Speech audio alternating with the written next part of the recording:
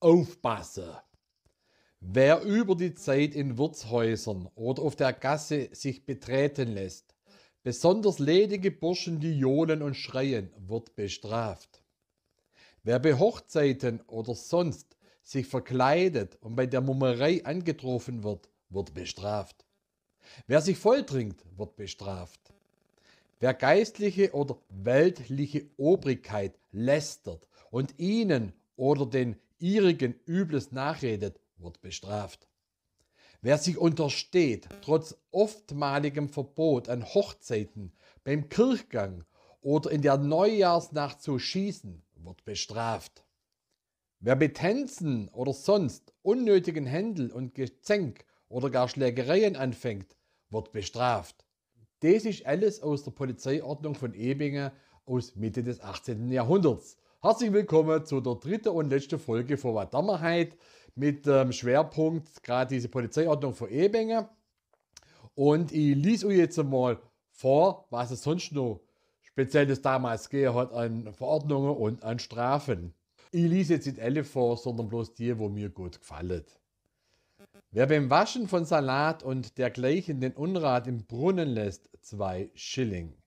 Wer ob einem Brunnen sudelt oder was Unsauberes hineinstößt, 3 Schilling. Wer Pferde, die an einen Karren oder Wagen angespannt sind, ob einem Brunnen trinken lässt, 10 Schilling. Wer ein Pferd von Martini bis Lichtmess über den Brunnen oder sonst frei laufen lässt und es nicht führt, 5 Schilling. Wer beim Aus- und Einfahren einer Herde Vieh unter derselben fortreitet oder fährt und nicht stillhält, bis das Vieh vorbei ist, 3 Schilling. Wer einen Wagen, Karren oder Pflug und Ecke an Wochen- und Jahrmärkten vom oberen Tor an bis zum Marktbrunnen auf der Gasse stehen lässt, 5 Schilling.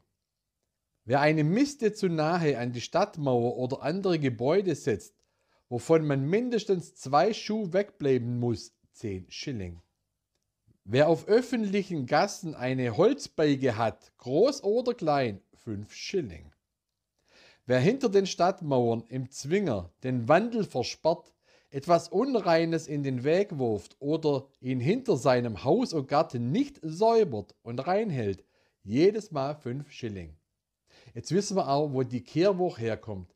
Wieso die Leute so gern ihr Kehrwoche machen, weil sie früher nur dafür gestraft worden sind, wenn sie es gemacht haben. Das vermute ich jetzt einfach mal.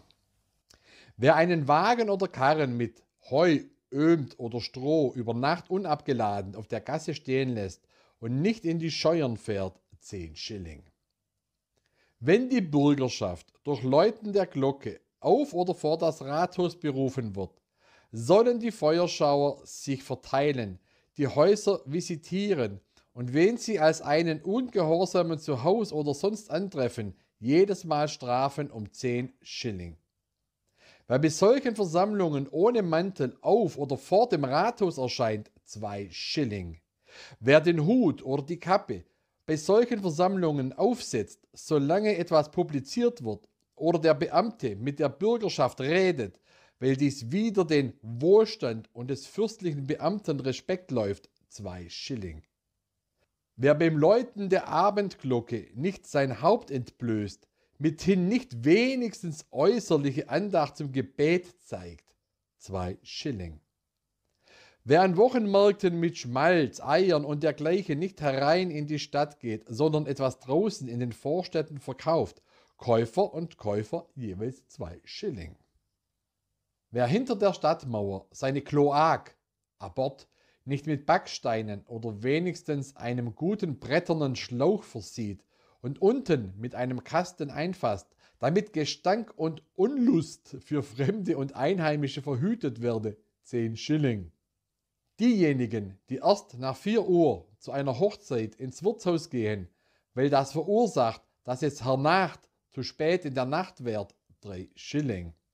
Gegen Flucher, Schwörer und Gotteslästerer soll in Zukunft der Kirchenkonvent einschreiten.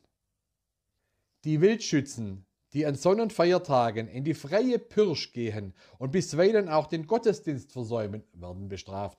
Steht jetzt halt nicht bei allen Vergehen drin, was es kostet in Schilling. Aber jetzt hat er mal einen guten Einblick gekriegt, wie das war in Mitte des 18. Jahrhunderts in Ebingen, jetzt Albstadt-Ebingen, mit dieser Polizeiordnung. So, jetzt seid ihr mir freuen, wenn ihr mir ein Like gebt für das Video, wenn es euch gefallen hat. Und vielleicht sogar meinen Kanal abonnieren, dann kriegt ihr in Zukunft mein mit, wenn ich mal wieder ein Video poste zum Thema Verdammerheit. Und da kommen in Zukunft auch Videos über alles Mögliche, Ausflüge etc., Freizeitgestaltungen hier im Schwabenländle und wo auch immer. Also macht's gut, bis zum nächsten Mal. Tschüssle und Ade. Und nicht vergessen, das war jetzt die dritte und letzte Folge zu dieser Mini-Staffel Polizeiordnung von Ebingen. Es gibt noch Folge 1 und Folge 2. Da gibt es einen Link unten in der Videobeschreibung und in den Kommentaren dazu. Und auch die ausführliche Quellenangabe, woher ich das alles weiß. Das ist nämlich aus der heimatkundliche Blätter für den Kreis Balingen und zwar aus dem Jahr 1954. Und das hat damals ein gewisser Herr Dr. W. Stettner verfasst. Also guckt rein unten in die Kommentare und in die Videobeschreibung. Da findet ihr dann die korrekte Quellenangabe mit Link. So, macht's gut, tschüssli und